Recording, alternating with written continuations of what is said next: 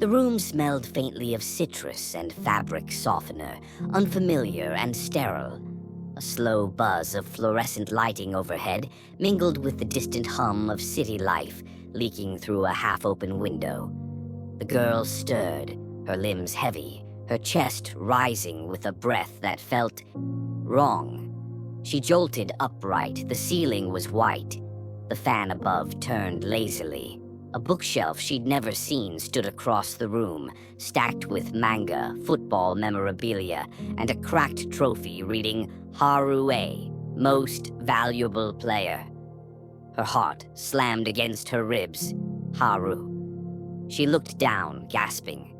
A flat chest, slightly broad shoulders, toned arms. She scrambled out of bed and staggered toward the mirror by the closet. The reflection made her freeze. The person staring back was a boy, pale-skinned, messy black hair falling over dark eyes, shirtless, wearing baggy sweatpants. But she was inside him. "No, no, no," she whispered, her voice raspy, deeper than she remembered. "This isn't me." She slapped her cheeks, once, twice, hoping it was a dream. Nothing changed. She moved her hand. The boy in the mirror moved it too. A stranger in familiar places. The house felt eerily silent as she stepped into the hallway. Photographs of Haru's family lined the walls. A younger version of this body holding a dog, a man and woman who must be his parents. She tiptoed into the bathroom. Everything about it screamed boy. Razor on the counter, sports shampoo, no lotion or scented soaps. Out of habit, she reached for the cabinet and searched for a face cleanser. None. Her hand lingered on the mirror again. Who am I? Then a knock. "Haru, breakfast, hurry or you'll be late for school," a woman's voice called. The voice yanked her into action. "Coming," she replied reflexively, startled by the masculine resonance of her own words. The classroom stairs. Walking into school was like walking into a war zone without armor. The boys, Haru's friends apparently, greeted her with fist bumps and jests. She flinched. "Yo, Haru. You okay, man? You look weird," one said, laughing. "Did you even sleep?" She faked a nod, not knowing how Haru used to act. Her voice came out softer, quieter. They exchanged glances. During class, she barely paid attention. Her mind swirled with panic. Every time she adjusted her seat, her body felt foreign. She didn't know how to sit like a boy. Even her handwriting, more rounded and loopy, got weird looks from the classmate beside her. And then there was him. The crush. A boy walked into the room, tall, charismatic, with a lopsided smile and soft hazel eyes. He high-fived Haru's friends and plopped down beside her. "Yo, Haru," he said, nudging her arm. "Did you finish Mr. Tanaka's assignment?" "I totally forgot." She turned, heart hammering. His presence felt like warmth in winter. She swallowed. Yeah. I think so," she replied, eyes darting away. Why was her face hot? That's when it hit her. She liked him. The realization crashed into her like a wave, but it didn't make her feel disgusted or afraid. It felt right, in a way that terrified her more. Wrong door. Later that day, in a haze of confusion, she walked straight into the girls' restroom. Shrieks echoed. "What the hell, Haru? Oh my God, get out!" She stumbled out, red-faced, murmuring apologies. From behind her, she heard whispers. "Is he high? Has he gone nuts?" The isolation begins. By the end of the day, she felt like a cracked mask barely holding together. Haru's friends noticed. "You've been weird all day, dude," one said, half joking. "You sick or something?" She shook her head but didn't answer. She couldn't tell them she wasn't Haru, that her name used to be Yuna, and she had died in a car crash 2 nights ago, that she had woken up in the body of a boy, a stranger, and that she now liked a guy she wasn't supposed to. No one would believe her. Hell, she barely believed herself. So she stayed quiet and distant. closing lines, the new beginning. That night, back in Haru's room, she sat cross-legged on the bed, scrolling through his phone. Photos of his life flashed by. Football games, camping trips, a girl with pink hair who used to like him. She stared at herself in the black screen. Is this who I am now? Her fingers brushed across Haru's sketchbook beside the bed. She opened it. Inside, on the last page, was a doodle of wings and a line that read, "Sometimes you have to lose yourself to find your truth." She closed the book and whispered, "Okay, Haru, or Yuna, or whoever I am now, let's figure this out."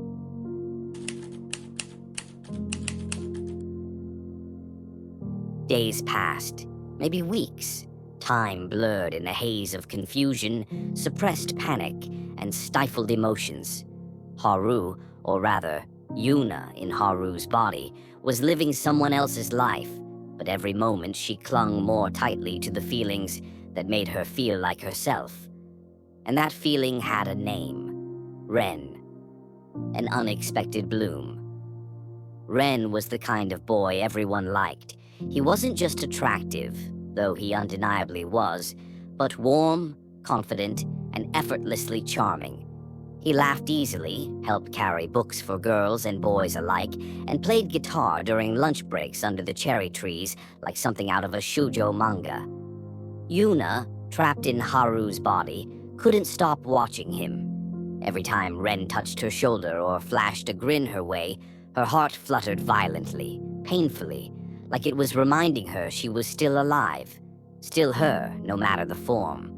But with those emotions came shame. "This isn't normal," she whispered into the pillow at night. "I'm a guy now. I can't like another guy." But her heart never listened to those thoughts, and she stopped trying to argue with it. The makeup box. One quiet Sunday, Yuna opened Haru's closet and stared at herself in the mirror. Dark bags under her eyes, messy hair, pale lips. She didn't feel like herself.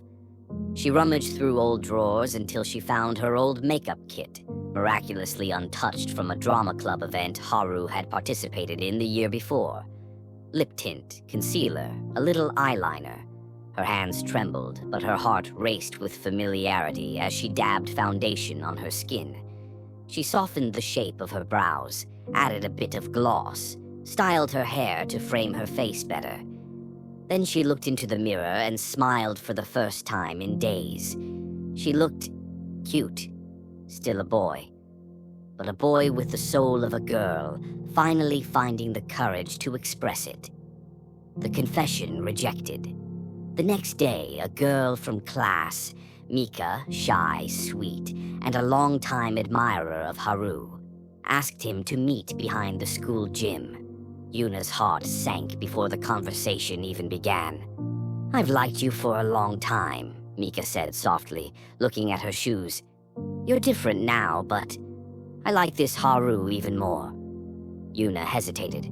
"I'm sorry." Mika's eyes widened. "I'm not the person you think I am. I can't return those feelings." Mika tried to smile, but her lips trembled. "Is it because you like someone else?" Yuna couldn't speak. When hearts break. After school, Ren found Yuna alone in the music room. He was holding his guitar, strumming lazily, and looked up with a grin. "Hey, you've been quiet lately. What's going on with you?" Yuna hesitated, then closed the door behind her. The words came out like lava, hot and terrifying. "I like you, Ren." Silence. She didn't know what she expected, but not this silence. Ren's smile faded. "Haru, I respect you, and I think you're brave for saying that. But I'm straight. I don't feel that way about you." The words hit like a brick wall, all the air drained from her lungs. Ren placed a hand on her shoulder. "That doesn't change how I see you. You're still my friend." But that made it worse somehow. The fallout. Rumors never needed a reason in high school. They only needed a spark. Someone overheard the confession. Someone whispered to someone else. By the next week, everyone knew. You heard Haru likes boys now? Did you see his makeup the other day? Freak. Locker doors slammed. Backward glances turned into sneers. Friends who once joked with Haru at lunch now sat at different tables. Only Ren stayed the same, quiet, respectful, but distant now. Like a gap had opened that neither could cross anymore. And then the worst blow. A private group chat, one Haru used to be part of, posted screenshots of a photo. A poorly lit selfie Yuna had taken in her makeup, captioned with a pink heart emoji. So he's officially gone gay. Betrayed, exposed, mocked, Yuna didn't leave the bed for 2 days. A glimpse into the past. On the third day, she looked at Haru's sketchbook again, the one filled with notes and drawings. Near the back was a page she'd never noticed. A name was scratched out, then written again. Yuna, her own name. And below that, a sentence. Is this punishment? Is this karma? Memories started flooding back, sharp, burning. In her past life, she used to mock LGBTQ students, roll her eyes at tomboys, call out sissies, share memes online that made fun of gay couples. She remembered laughing with her friends at a boy who wore eyeliner once. She remembered calling it a phase. She remembered throwing a girl's love letter in the trash because it was gross. And now it was her turn. Closing lines, the mirror breaks. That night, standing in front of the mirror, she whispered to her reflection, I get it now. She touched the glass. This is my punishment. But maybe it's also a second chance. She wiped away her tears and stared harder. I'm Yuna. I'm Haru. I'm me. The next chapter of her life was waiting.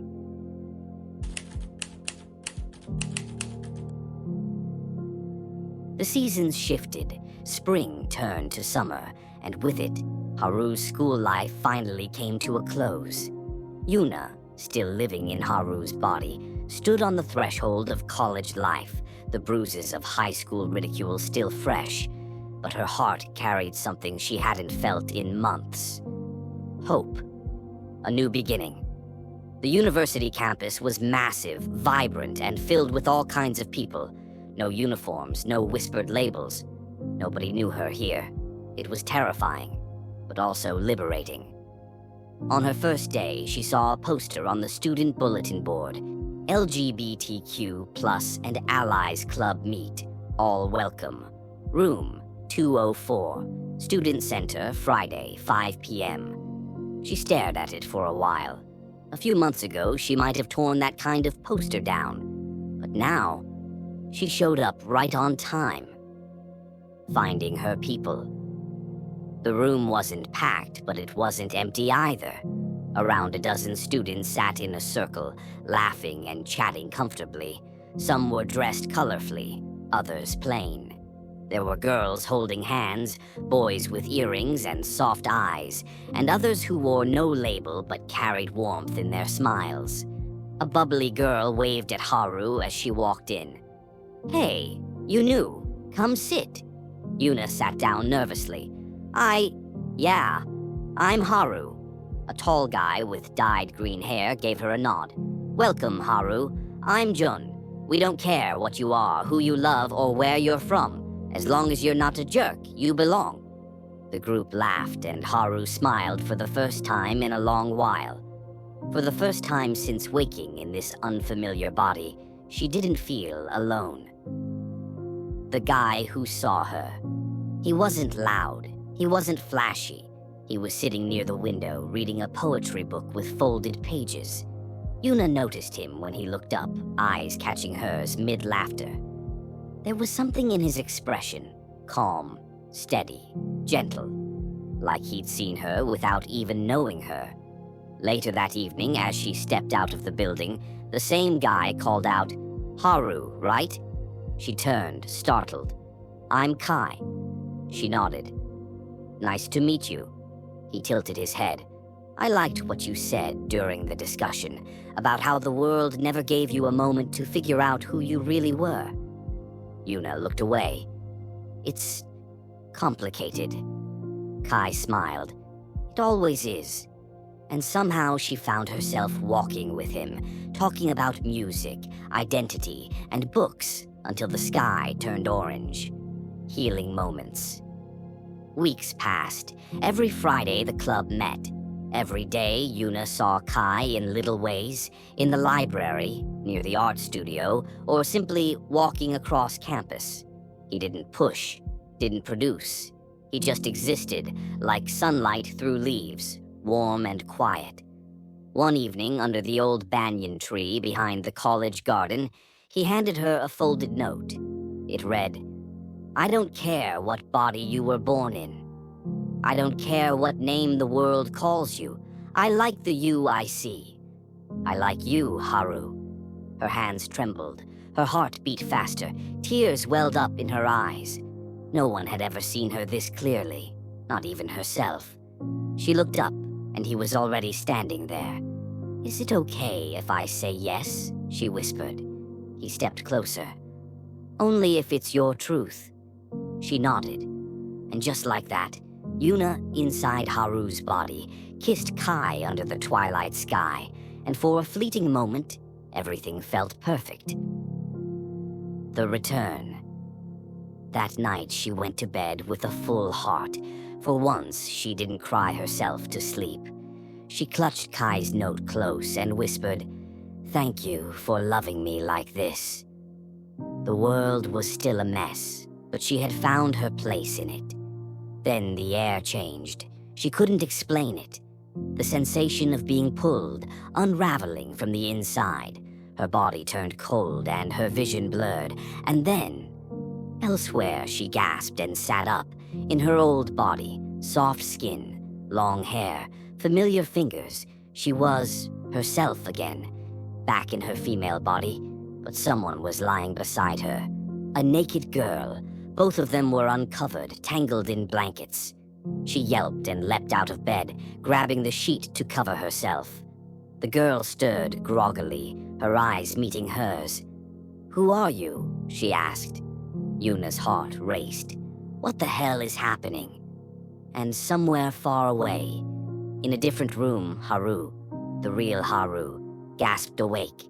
He found himself naked on top of another boy.